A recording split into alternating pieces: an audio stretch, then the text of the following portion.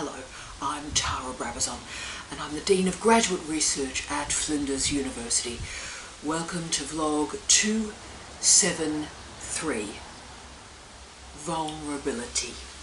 This is the penultimate vlog in our Rescue Yourself, Rescue Ourselves series, and it's coming from a rather interesting location, but more of that shortly. It is important, I think, as we're nearing the end of this Rescue Yourself series, that we explore vulnerability. And can I be really honest with you, this is one of the toughest vlogs I've ever had to research, I've ever had to write, I've ever had to learn, and yes, I've ever had to deliver, because we need to talk about vulnerability, don't we? We need to talk about vulnerability in international higher education, and we need to talk about vulnerability in our doctoral programs. The research that I've deployed this week has been powerful, and it has been confronting for me personally and for me professionally. But it seems so appropriate that we finish in this odd location at the end of the world. Now, we're going to be working on this tough concept with a really fine researcher, and I would argue that even if you're not interested in vulnerability, bless, the researcher we're going to explore this week provides a very interesting model for dissemination for our colleagues out there who are working in allied health and the applied social sciences. And we're going to be actioning some very interesting new research that's emerging around the phrase, the vulnerable researcher. Some great research exists there. But as you can see, I'm somewhere odd this week. I'm not in Adelaide. I'm in one of the most isolated, odd, strange, bizarre, dark, but strangely empowering locations in the world. A place of second chances. I'm in Norfolk Island, and in the vlog next week, Norfolk Island, you'll see a lot more of it, and it'll be much more important theoretically and metaphorically to what we're talking about, because this is a tiny place in the Pacific, a long, long way from the rest of the world. But I did want to explore vulnerability in this place, a place that is set apart from the rest of the world. And look, there are many great scholars of vulnerability. Probably the most famous, and we'll talk about that fame in a second, is Professor Brene Brown. Now, while she does not maintain a Google Scholar profile, she has an outstanding array of international refereed scholarship, which I've read. I've read her career in preparation for the vlog this week, and her publications are diverse and interesting and radically interdisciplinary. She is currently a professor at the University of Houston, where she holds the Huffington Foundation Chair. She's also, intriguingly, in terms of that interdisciplinarity, a visiting professor of management at the University of Texas Business School. Now, her career is a fascinating one, I would argue an intriguing one for you, our students. Yes, she works in the applied social sciences, but what I think is significant in understanding her career is how she's made a series of very interesting decisions about the dissemination of her research. So Professor Brown completed her Bachelor of Social Work at the University of Texas in Austin in 1995. She completed her Masters of Social Work the following year and completed her PhD in Social Work at the University of Houston, graduating in 2002. Now, she's published an array of refereed articles. She works in qual, she works in quant, she works with mixed methods. And what makes her fascinating to me is she's also made a decision to publish scholarly monographs. She's published 5 scholarly monographs, but what makes them unusual is all of them have been New York Times best-selling books. So rare from an academic, so rare.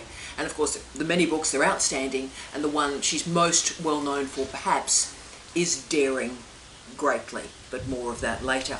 Her profile was transformed from a professor of social work. Her career was transformed through a TED Talk, a single TED Talk that was called The Power of Vulnerability. And she's also filmed a lecture for Netflix in 2019. So again, remarkable. In a time of supposedly post-lectures, she delivers a lecture and it becomes a film.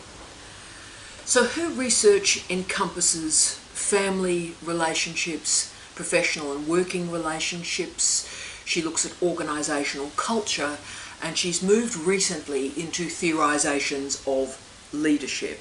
And I wanted to take time to introduce Professor Brown to you today because I do believe she is a role model for some of you about the value of taking risks in your research to find new audiences.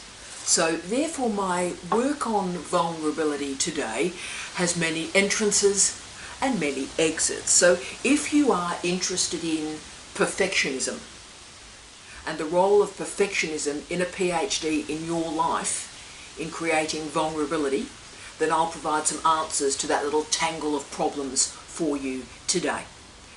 But I particularly want to talk to everybody out there who may be in a difficult moment, a bit lost in self-loathing, a bit lost in self-hatred. Hi. We're going to have a conversation and develop some strategies to move you out of that self-harm, self-loathing, and move you forward in your research, your personal, professional life today. But also, say you're feeling pretty good and you're not hugely interested in vulnerability. That's cool too, because one of the reasons we're talking about Professor Brene Brown is because I would argue she's a different type of scholar. She is an organic intellectual in tough times. So for those of you that are interested in Antonio Gramsci, the organic intellectual, how good ideas can move through space and time, then today's vlog will help you with that one as well. She is also, and why I think she's an interesting role model for us all, is that she's also an outstanding teacher. So she does fantastic research, but she hasn't lost her teaching excellence on the way through. She has won a teaching award for teaching excellence. She also supervises graduate students and teaches grounded theory. And her research in vulnerability, in shame, in courage, in empathy is powerfully framed and disseminated. So yes, she does take critiques of her work that she is a bit self-help focused, it's just self-help, or some of her critiques are that she's dumbing down research. Now I think those critiques are unfair. Her methodologies are sound, and as I've stated, I've read her career. I've read everything that she's published in the refereed literature, and the methodology, the epistemology, the ontology is very strong. It's sound. But why she's useful to us is she offers a clear critique of perfectionism and the harm that perfectionism does in our doctoral programs. And indeed, she goes further. She argues that we need to embrace our imperfection and choose courage over comfort. But another key part of her work is how we build a community. How do we build a community of PhD students? And she argues when we share our imperfections, we build a compassionate and a meaningful research culture, but also a meaningful research community. So those of us who share research share so much, and mostly what we share is an intense awareness of our inadequacies, about what's going wrong, and about why we are not good enough. And Professor Brown states, quote, "Imperfections are not inadequacies. They are reminders that we're all in this together. End of quote. So let's together understand vulnerability and understand why it matters to a PhD program. And I would also argue you can't be a PhD student. You can't be a researcher without understanding vulnerability. And I'll start with a key definition from Professor Brown. She stated, quote, "Vulnerability is not winning or losing. It's having the courage to show up and be seen when you have no control over the outcome." End of quote. Now for me, that is the definition of a doctoral program. You show up with courage because you don't know where this thing's going to go. And that's a PhD. We start and we hope it goes somewhere. And we don't know what's going to happen. And that instability, that inability to predict or control what's going to happen has huge consequences. And let me show you what this means. So only 1% of PhD students actually fail their thesis through examination. Only 1%. But up to 50% of students, depending on the national system, are trit. They leave the program before examination. So you see what's happening here. You can see the impact of this vulnerability on PhD students because it takes courage to show up and not know what is going to happen. This vulnerability creates this fear that we're just not good enough. The question, therefore, for us, for you,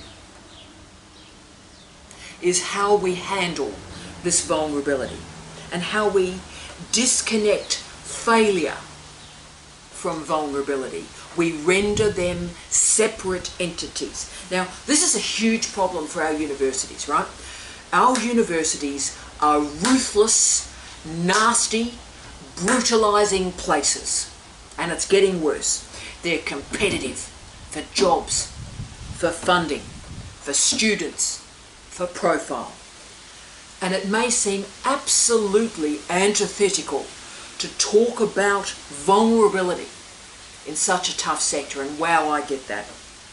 Can I say, I've often shared that view, probably right up to when I did this research, to be frank with you, that if any of us show a slither of vulnerability, of weakness, of humility, of quietness, then we'll be kicked at the curb. We'll be slammed, we'll be ignored, we'll be laughed at, we'll be marginalised.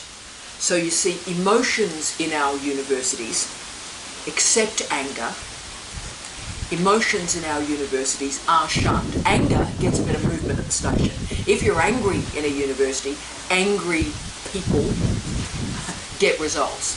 Other emotions, less so. And why is all of this happening? Because emotions make academics uncomfortable. Remember that this discomfort has an epistemological foundation. The nature of research methods assumes that our research is accountable, repeatable, rigorous, and transparent. Now, all of those variables are important attributes. We don't have research without them. But these epistemologies and methodologies can spill over into a really unproductive ontology. Let me explain. Now, ontology, for those of you that came in late, refers to things or objects that exist in the world and how they have a relationship between them or not. Put another way, ontology is simply the assumptions that we hold about the nature of reality. Here we go. Now, the reality, the ontology of our universities is that methodological rigor can spill very easily, very simplistically, into statements about objectivity and the value of the empirical, right? So put another way, the ontology of academic research, with its focus on methodology, research questions, validity, organises the world into what I would argue are unproductive categories: the real and imagined, the believable and the bizarre, the objective and the subjective, and most significantly, rigor and emotion. And that's why emotion, excitement, passion, subjectivity is so excluded in higher education, because it's ontologically antithetical from empirical research. Also, you'll notice that all this focus on empirical and dispassionate research spills over unproductively into the empirical and dispassionate researcher. Now, you can still be a decent, ethical, compassionate, caring, laughing, dancing human and still produce rigorous research. We know, don't we? We do know that passion and excitement and emotion do not block thinking and rigour. Indeed, excitement can propel the motivation to complete great research. But you can see why expressing emotion is so marginalised in higher education. This emotion renders us vulnerable in how our research is taken by academic peers. You see, great researchers have gravitas. And gravitas is supposedly the marinade for great research. Now, this is obviously nonsense. This is nonsense. But it's nonsense that's exhibited incredible power and longevity, perpetuated by a very specific mode of leadership in our universities. Look at our vice-chancellors around the world. Look at them. They're selected from a very narrow slice of academic disciplines. Particular types of research are validated in higher education leadership, and very specific career trajectories. Now, I've been socialised in this system. I did my research masters in 1992. I had my first full-time academic job in 1994. And I haven't been a day out of work outside of university since 1994, and I'm aware of the great privilege that that is, and I'm probably the last generation of academics that will be able to say that. But I'm also aware that most of you were not born when I did my research master's degree. Thanks so much. But it means I've been socialised in this system, and I've been socialised in this system to never admit weakness. Be strong, be tough, and follow that old bogan t-shirt slogan, toughen up, princess. Toughen up, princess. Now, it was and is tough to be a woman in a university. When we're a woman, we have to sort of be a version of a bloke. And can I say, for blokes, they have to be a version of a bloke to work in a university. And for our trans colleagues, we have so much work left to do in consciousness and agency and visibility to even enable the next stage of leadership for our great and powerful colleagues. But can I also say it's tough working in the humanities and the social sciences to live and breathe and stretch in our universities, because the normative, recognised, funded research is from the experimental sciences and the medical sciences. So you can see the consequences of this. For the majority of our students, for the majority of our colleagues, we live through our entire working professional life in a university never fully centred or recognised or feeling safe or stable. We're endlessly compared to what we are not. And of course, that's the recipe for fear, confusion, and underconfidence. And yes, of course, attrition. So, to survive in this educational workplace, to survive in our universities where we're never centred, we're never safe, we never feel quite good enough, create some seriously weird behaviours. And you know, we've all seen some of those incredibly weird behaviours in our universities. And to survive, you supposedly got to be tough, got to be strong, got to be confident, seemingly bulletproof. And look, I've done all right in my career because I've been tough, strong, seemingly bulletproof. And my goal when I was the age of the youngest of our PhD students, so in my early 20s, all I wanted in life was just a stable job where I could teach well, where I could research effectively, and my research would move into a community and do good. That's all I wanted in life. That was my life's work, and it gave me incredible pleasure. And then at the point where it seemed, you know what, I might have actually achieved those goals, life sent me a shocking reminder that strength, toughen up princess, just doesn't cut it. And stuff started to go wrong, seriously wrong, as it does for all of us. I took a job that I believed in passionately, moved countries, moved my life. And that job was a catastrophic mistake. When I arrived, that faculty was this alcohol-fueled nightmare where most of the staff were there when the bar opened at 11 a.m. They were self-medicating to manage the stress. It was this ego-driven, crazy space. There was a leadership vacuum. It was so debilitating that one of my colleagues killed himself. And even worse, I had to realise this was my mistake. It was my decision,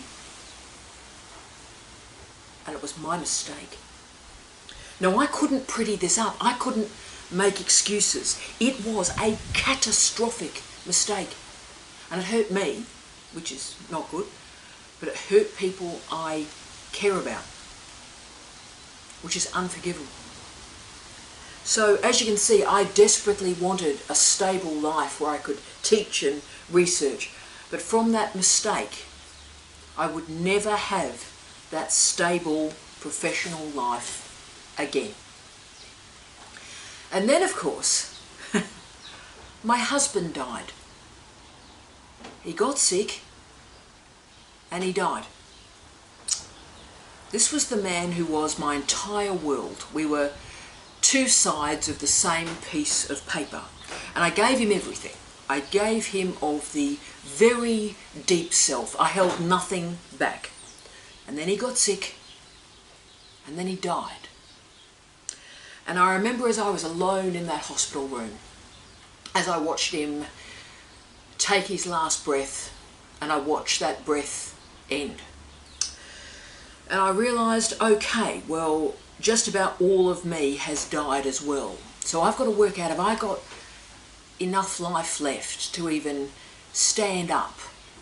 And I tried, and I sort of was able to do it. I could stand, and then I had to walk a dead man's watch and wallet and keys back to a car and drive home alone.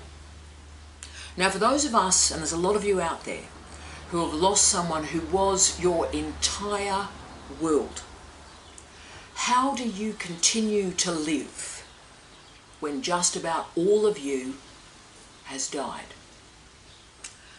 So we have a lot of people walking the earth that are really dead.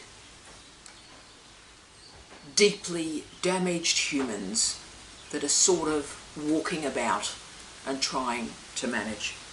And to this day, I would trade my life in a heartbeat to bring him back to life. So I had a problem. I had a big problem. Big problem. I'd failed professionally and I'd failed personally. And, you know, that old slogan of, respect to the Bogans, that old slogan, toughen up, princess, didn't really seem to be working too effectively anymore. And look, in this really tough time in international higher education, I was vulnerable. Wow, personally and professionally. And people did take advantage of that. They did. I felt like I was coming to work every day with like burnt skin. And it hurt to move. But I continued to show up. But I was very aware I was a different person who was now teaching and researching and leading. And there was no hiding that I was vulnerable. But I discovered something through the vulnerability. It was surprising. No one was more surprised than me. I became a better researcher. I became a better teacher. I was a better supervisor. I was a better writer. And most importantly, strangely, I became a better leader. And because I gave everything to that previous life, I gave of the deep self, and then I lost everything. Gave everything, and then I lost everything. You know what? It gave me confidence that I could give everything again and lose everything again, and I'd still survive. Being vulnerable also allowed other people, our truly magnificent students, to be vulnerable and to reveal and share all the other attributes that come from vulnerability: honesty, kindness, compassion, respect for other humans. Now, I would argue we've had such incredible success at Flinders University in our higher degree program, and because our students are so remarkable, because we've given them the space to tell their deep truths, to be vulnerable, to be diverse, to fall down and know that we're all going to be available to help them get up once more. So I've found new ways to be a dean, and I've found new ways to occupy a leadership role. So through all this weakness, through all this vulnerability, new opportunities emerged, including, unbelievably, finding a new man, indeed a new husband. Now, this was remarkable. A remarkable man came into my life, and that's amazing in and of itself. But what perhaps is more stunning is somehow I found the courage to give of the deep self once more.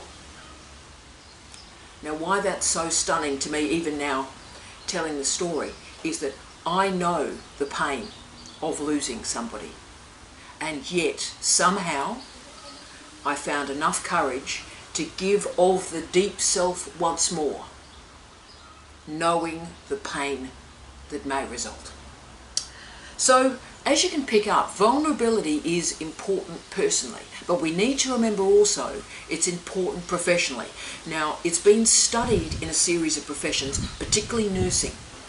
And for the nursing professions, the nurses that are prepared to share vulnerability are better nurses. And the leadership literature is really interesting on this, colleagues. Leaders who activate their vulnerability and share their vulnerability through an organisation are seen by their colleagues to be more trustworthy and more authentic. But as you can see, it takes a lot of courage to move through life like this. Being tough, hard, resolute shields us.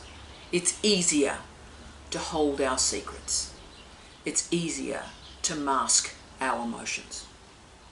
If you decide to acknowledge your vulnerability, you will be moving through life less protected. You will hurt more. Now, you may not be ready for this. You could be listening to this vlog and go, yeah, hell no. Toughen up, princess, come on. And I get that.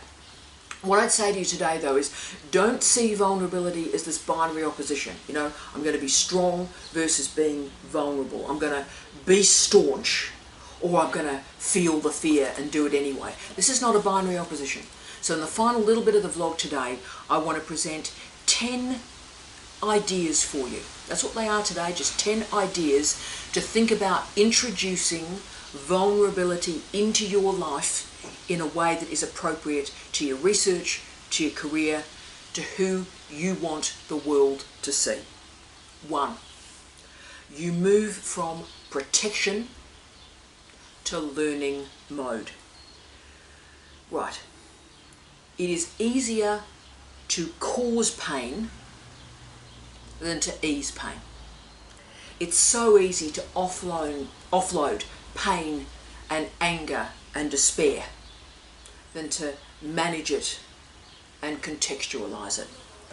The goal of academic life, what we're trying to do in academic life is learn. That's what we're trying to do. We're only here to learn. We are scholars. We learn for a living. So we don't protect and we don't hide that learning from others. The whole point of being a scholar is that we learn to share it with the world. So learn, don't protect. Read and think rather than protect and blame. Learning is everything. And the idea I'd just like to suggest to you today, what if success in the PhD is not simply passing your examination? What if that's not success in a PhD? What if success in a PhD is not how a thesis is examined, but the changes in you?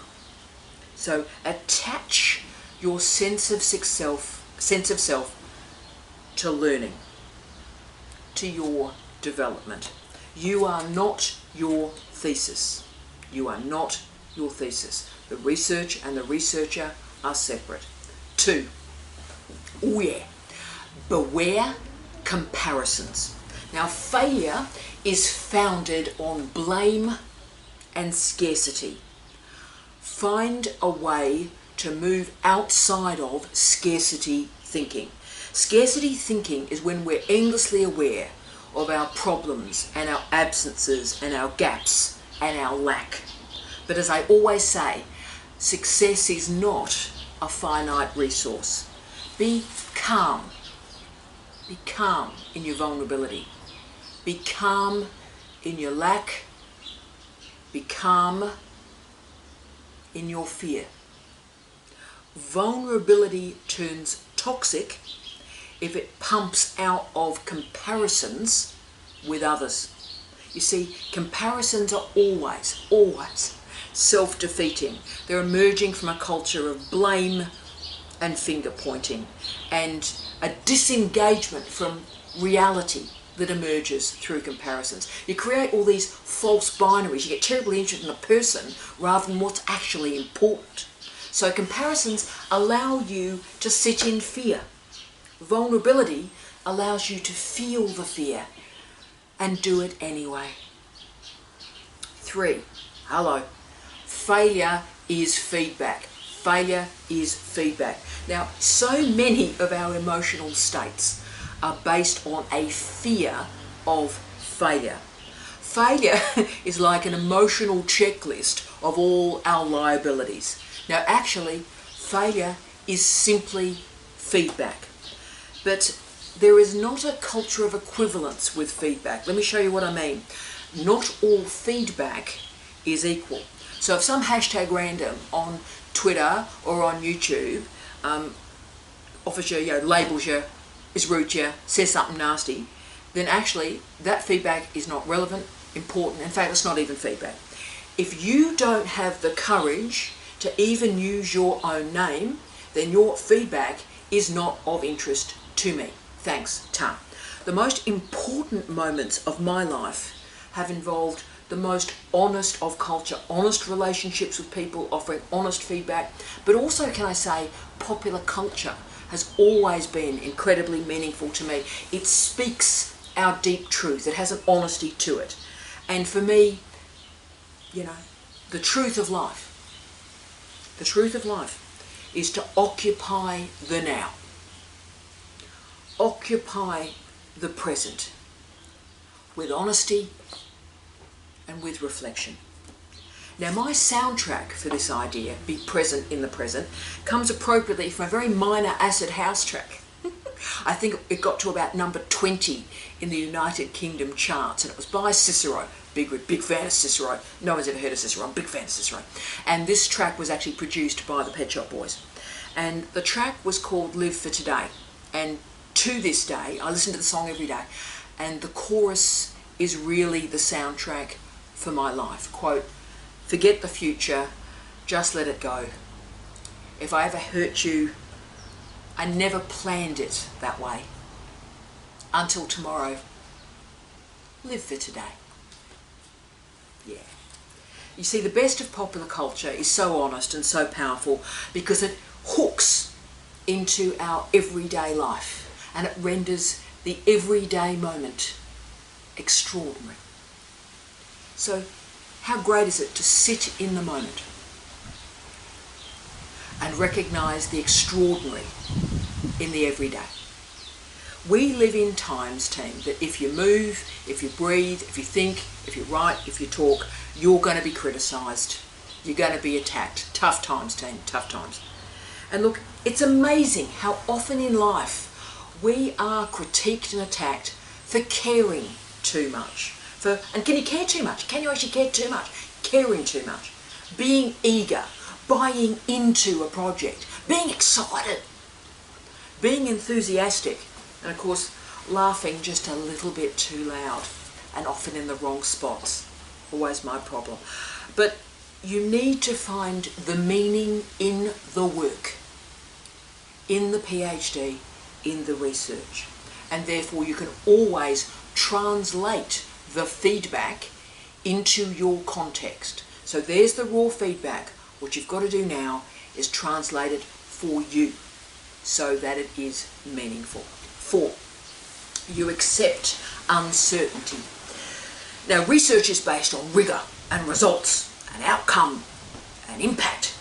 But of course, most of life is not founded on these words, and that's why research is so disconnected from the rest of our daily lives. Because research funding, and this is an interesting truth, research funding will not be created and research funding success will not be created if you use words like doubt or vulnerability or sadness or shame or fear.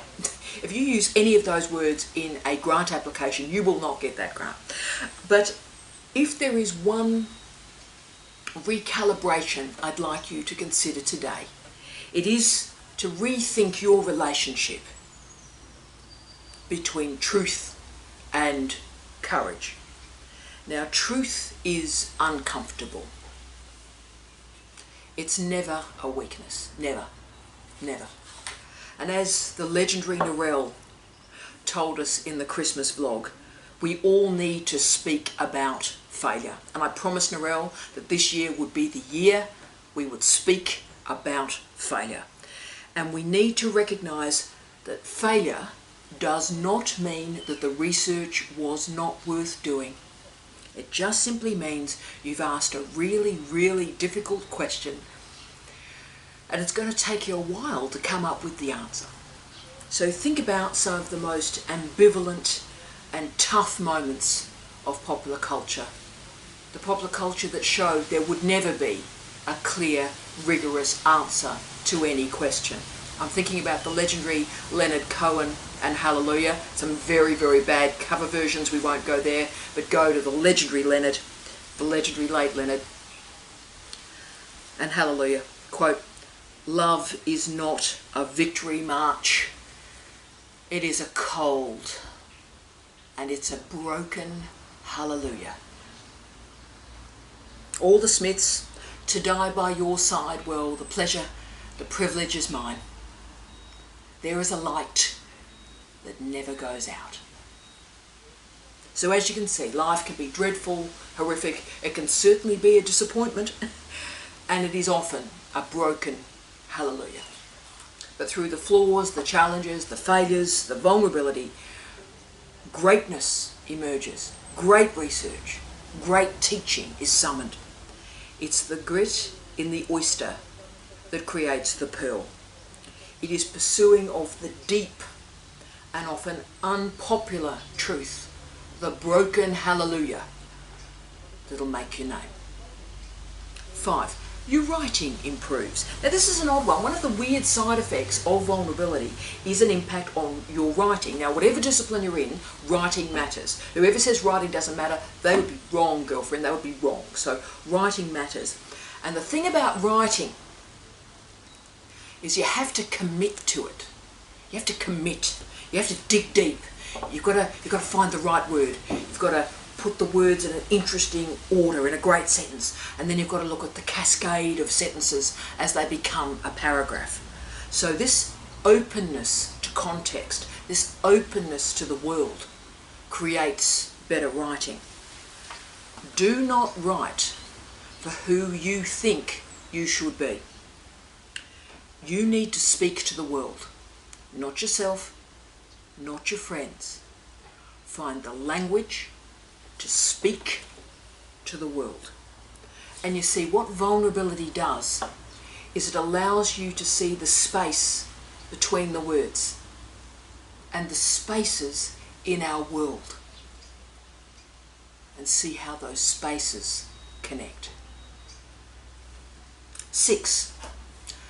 Vulnerability is a measure of greatness. Now I love this. I love me a metric. And yes, we certainly live in times where everybody loves a good metric. Now what I love is Professor Brene Brown has conducted all these qual and quant studies and shown vulnerability is an effective proxy. So vulnerability is a measurement. It's a measurement of your capacity to manage fear. And vulnerability is also a measure of how you handle disconnection. So therefore, vulnerability is not only a measure of your courage, but a measure of your purpose, a measure of your engagement with your research, your PhD, and the world. Now, Professor Brown also has used vulnerability in her new theorizations of leadership, and there's some very interesting research there. And she argues that leadership emerges when we sit in discomfort. Now, leadership, of course, has nothing to do with money or titles or power. We can all be leaders in our own life. And leadership emerges for you today if you have the courage to sit in discomfort and you challenge the assumptions that we take for granted. 7. Be seen. Occupy space. Oh yeah. Now look, this is a powerful and frightening time. Basically, if you move around the earth, people will complain about your hair, your face, your legs. Pick a body part, people have a good, focused complaint. But through all the dreadful people that are attacking and labelling and stuff, look, understand, yep, you will be hurt, you will be disappointed, but you know what? Occupy space. Stretch. Wear the interesting clothing. Activate big hair. Come on. Value your body. The breath is a gift. Your body is a gift. Share your fabulousness with the world. And know that when you share your imperfection, you will empower and enable others. 8. Probably the biggest one. Understand your own story. If this Rescue Yourself, Rescue Ourselves series has taught us anything, colleagues, it is the importance of understanding your story. If you're going to understand your life, if you're going to understand your research, then it must exist in narrative. Now, what is your story? And what is the story that you tell others? This is important. What's your story? What's the story you tell other people? Now, how do you connect these two stories? How do you connect your story and the story that you tell others? To live, to learn, to research, to lead authentically, these stories must be connected honestly and with integrity. Vulnerability means that you do not shield, you do not hide your story. You actively search for the language so that you can share it. Now, this story will make you cry. It will make you howl at the moon. But at the end of your life, you will understand what it all meant, and you'll understand why it mattered. I've been with people at the point of their death. And you know what? Death is not peaceful. Death is terrifying. Death is frightening. It's frightening. And any peace that comes from death comes from your story and understanding why the story matters. This story is the only way to make this end meaningful, to make it understandable, and to make the death survivable for those around you. But the problem we've got in our culture is particular variables are barriers to block you from telling your truth, telling your story. And these variables are abuse, intimidation, nastiness, humiliation, and yes, bullying. In a shame culture, blame is assigned. The power of your story, particularly if you have the power in your vulnerability to share it, is that you can answer back to the shame. You can answer back to the blame. The best PhD programs in the world create a space for these stories, for the diversity of our students, the majestic diversity of our students, and the diversity of the pathways that they come into the program and the diversity of the pathways through which they leave the program. The language that enables this story, that enables the summoning of this productive vulnerability, can be taught. There are particular phrases I'd advise or ask you to think about using. I don't know. I need help. I'll give it a go. This is important to me. I disagree, but how about we just sort of talk this through so we understand the differences? Look, that didn't work, but wow, I learned a lot. This is how I feel. This is how I feel. How can I improve? Can you teach me how to do that? I accept responsibility for this. I'm here for you. And thank you. This language will start your stories, change your stories, or end your stories. But it will also create new trajectories for our universities. And I tell you what, we need them. 9, show up. Show up. I'm 52 years of age, and wow, I look like I've lived those 52 years on my face. Look, I've lost a lot, and I've gained a lot. It's been absolutely fantastic. As I've often said, if I died today, it's been brilliant. Thanks, cheers, rock and roll. And look, I've met the most inspirational and amazing human beings who have added laughter and dancing and knowledge and insight and wisdom and light into my life. But what I've learnt through these 52 years is the importance of listening to the longing of others, listening to the loss of others, and listening deeply to the truths that others tell you. If you are not present, you're not at the story. But if you are present, if you sit in your moment, you're not drawn to the past, you're not drawn to the future, but you sit in a moment with a person. That is a gift. That is a gift. Show up, seriously, show up. You want to research, you want to succeed, you know what? Show up. Be present in your present. 10.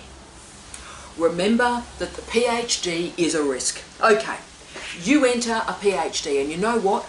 That's an amazing thing that you've done. You've entered a PhD, you have made a decision to take a risk. That is fantastic. You are opening yourself to risk. Now, vulnerability is based on that. It's based on risk, but it's also based on communication and miscommunication. And this is the important bit, because communication requires trust and it requires the configuration of boundaries. Now, vulnerability must be based on boundaries. You're not wandering around the earth being vulnerable. You're not doing that, because people have to deserve the right to hear your story. They have to deserve your trust, and they have to deserve your vulnerability. And you know, that's why the student and supervisor relationship is so important. The relationship is crucial. It's not about the student being vulnerable to the supervisor. It is about creating a safe space, a space with boundaries where both parties can be vulnerable and honest and truthful with one another. So you think about what you're doing. Your focus is on producing a thesis. That thesis will be examined. You will pass or fail. Your focus is on publications. Every refereed publication has at least 2, sometimes 3, sometimes more, peer reviews. And reader 2 is a problem. We all know reader 2 is a problem. So that means endlessly in academic life, we must take feedback. We have to, on a daily basis, sit in our vulnerability. And we have to know that our research life is improved, not through blame or dismissal or shame, but vulnerability, recognition, listening. A PhD is a risk, but that risk will make you powerful. And therefore I wanted to finish the vlog today written in one of the oddest and most isolated places in the world. I wanted to remember it with you in the time we've shared. And I wanted to remember it through a speech from Theodore Roosevelt. And this is often referred to as the man in the arena speech. Now, I don't really like that title, and it's not actually what the speech was titled. The speech was titled Citizenship in the Republic. Citizenship in the Republic. And it was delivered in the Sorbonne in Paris on April 23, 1910. Now, I have this speech on a piece of paper and it's sticky taped to my office table at home. And so therefore, I want us to remember what we've shared today on vulnerability through this speech. Now, this speech has a bit of a dodgy history to it. Richard Nixon quoted it both in his victory and resignation speeches, living the dream. Barack Obama cited some of this speech to endorse Hillary Clinton. But more interestingly, I think, LeBron James had hashtag man in the arena written on the soles of his shoe for the 2020 season. So here, at the end of the world, let's summon these words that are more than a century old. Let's do this. Quote, "It's not the critic who counts, nor the man who points out how the strong man stumbles, or where the doer of deeds could have done them better. The credit belongs to the man who is actually in the arena, whose face is marred by dust, sweat, and blood, who strives valiantly, who errs, who comes up short again and again, because there's no effort without error and shortcoming, but who does actually strive to do the deeds, who knows great enthusiasms, the great devotions, who spends time himself on a worthy cause, who knows at the best the triumph of a high achievement, and who at worst, if he fails, at least fails while daring greatly.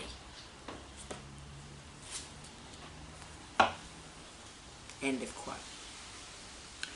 This speech always gets me going because it's a reminder that we have a choice every day. And we gain if we choose courage over comfort. And we realize that vulnerability is a strength of a different kind. Vulnerability creates an openness to life, openness to ideas, openness to research. And vulnerability is an interesting trope to not only transform research, but to transform researchers. From Norfolk Island, I wish you love, light, and peace. Tea out.